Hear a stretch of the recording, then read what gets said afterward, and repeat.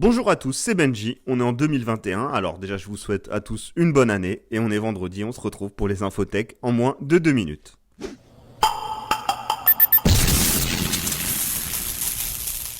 Xiaomi a présenté il n'y a pas longtemps ses versions des M10T, et ben maintenant ils ont annoncé le M11, oui il s'arrête plus, avec le Snapdragon 888, la dernière puce de Qualcomm, gravée en 5 nanomètres. Il dispose d'un écran de 6,8 pouces en résolution 2K et d'un écran en 120 Hz. Sa batterie est de 4600 mAh. On retrouve un objectif principal de 108 mégapixels à ouverture 1,85. Il sera disponible avec deux versions de RAM 8 ou 12 Go et également deux versions de stockage 128 ou 256. Comme les précédents, il sera compatible 5G et Wi-Fi 6.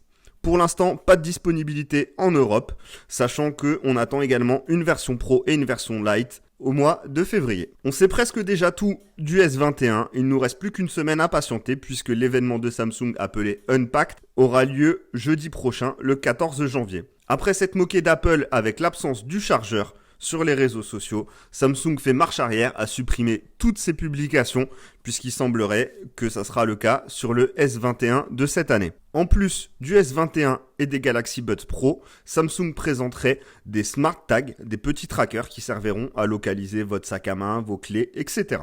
Free proposait depuis toujours des hotspots appelés Free Wi-Fi sur toutes ses box. Pour pouvoir accéder à ces hotspots, il fallait un identifiant et un mot de passe quand on était client Freebox et c'était une identification automatique quand on était client Free Mobile. Alors que ce service a disparu sur la Pop et la Delta, Xavier Niel a dit que le service ne sera pas activé par la suite. Certainement la fin d'une ère. D'ailleurs, le patron de Free est très en colère. En effet, Laure de la Rodière pourrait devenir la première femme à diriger l'ARCEP, le gendarme de la téléphonie.